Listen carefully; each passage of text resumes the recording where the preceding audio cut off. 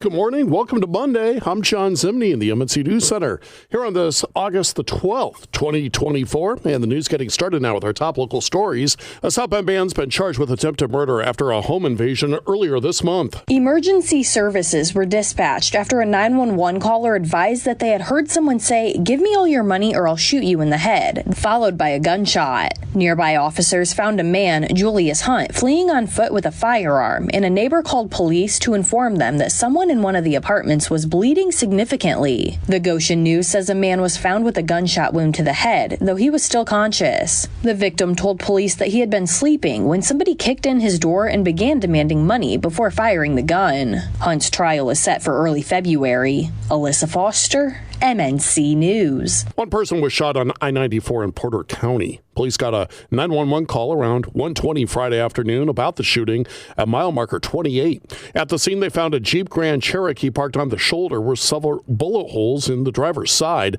The driver was injured as a result of that shooting, was entered first aid, then taken to the hospital for treatment of non-life-threatening gunshot wounds to their lower extremities. So far, no word about any suspects or arrests. Well, new this morning on MNC, THC retailers across Indiana are being warned that they could be violating state law. This by selling cannabis products that contain more than 0.3% of the chemical Delta-9, which can have an intoxicating effect and may cause some side effects. Although no Indiana law regulates Delta-9, the Indiana Attorney General's office issued an opinion in 2023 defining Delta-8 and Delta-10 as Schedule 1 drugs. Violators could be charged with a high-level felony unless they check on what they may be selling. Morgan Hopkins, MNC News. A 22-year-old Elkhart woman was hospitalized after she crashed her car, which then caught fire. This happened just after 4 o'clock Saturday morning on State Road 15 north of US 20. Elkhart County Sheriff's investigators say the woman was traveling southbound when she veered off the road into a ditch, causing damage to the vehicle. She then drove back onto the highway where the vehicle caught fire. Factors into that crash are still being investigated. A little stress for some Indianapolis Colts fans looking for a spot to tailgate this upcoming season. Some fans like Jeff Shriver were told recently that the parking spots they paid for at a lot south of Lucas Oil, it's over a lawsuit concerning unpaid back rent between lot operator Gate 10 and the Colts. It's put Shriver in a tough spot. At first, we just got told that they didn't have these spots available for us, and we had to go down about 3 blocks. Talking to Wish TV, lucky for him, though, the lot's new operator, iPark, says that they will honor his purchase with Gate 10 if he shows them receipts. Kirk Darling, Network Indiana. The U.S. Department of Labor has secured a permanent injunction against the owner of mega liquor and smoke stores in Indiana and Michigan. Bullet Singh is banned from retailing against employees who cooperate with investigations or exercise their rights under the Fair Labor Standards Act.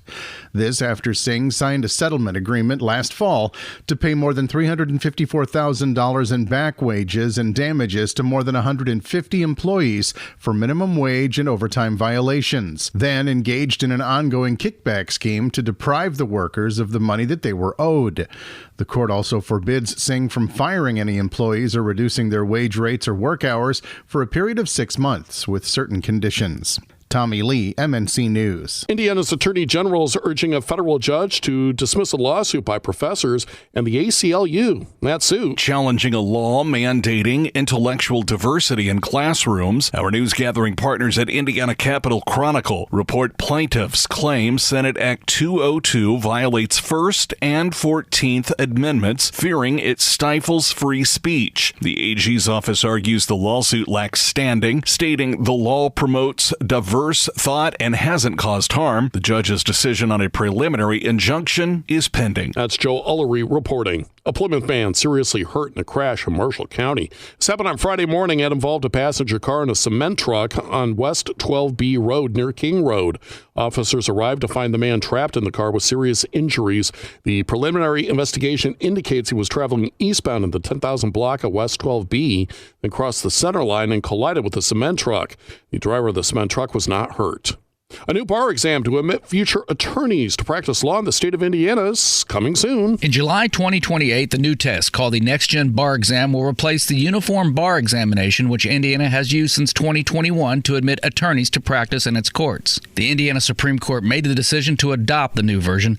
Back in January, students from IU's Maurer and McKinney Schools of Law and the University of Notre Dame Law School participated in a 3-hour field test of the Next Gen Bar Exam. Indiana joins 22 other U.S. jurisdictions in adopting the Next Gen Bar Exam. Maryland, Missouri, and Oregon are the first states to adopt the new version of the exam, which will start testing in July of 2026. Wes Woodward, Network Indiana. New this morning on MNC, South Shoreline officials have announced the extension of the buy one, get one ticket promotion for September. Officials say all monthly tickets bought for September will remain valid for the month of October. They say those with a paper monthly ticket should plan to keep and use it through the month of October, while passengers using a digital monthly ticket on the app will see an October ticket uploaded to their accounts. Passengers who receive tickets through an employer benefit program should not order their October tickets if they receive a September monthly ticket. Derek Decker, MNC News. And 5 beaches that were closed last week in Berrien County because of high E. coli levels reopened in time for the weekend. The Berrien County Health Department issued no swim advisories for Gene Clock Park, Rocky Gap County Park, Town Line Beach, Warren Dunes, and Waco until testing showed the E. coli levels under the danger category. That did happen. But unfortunately, swimmers were still advised to stay out of the water because of moderate and high-level waves and currents.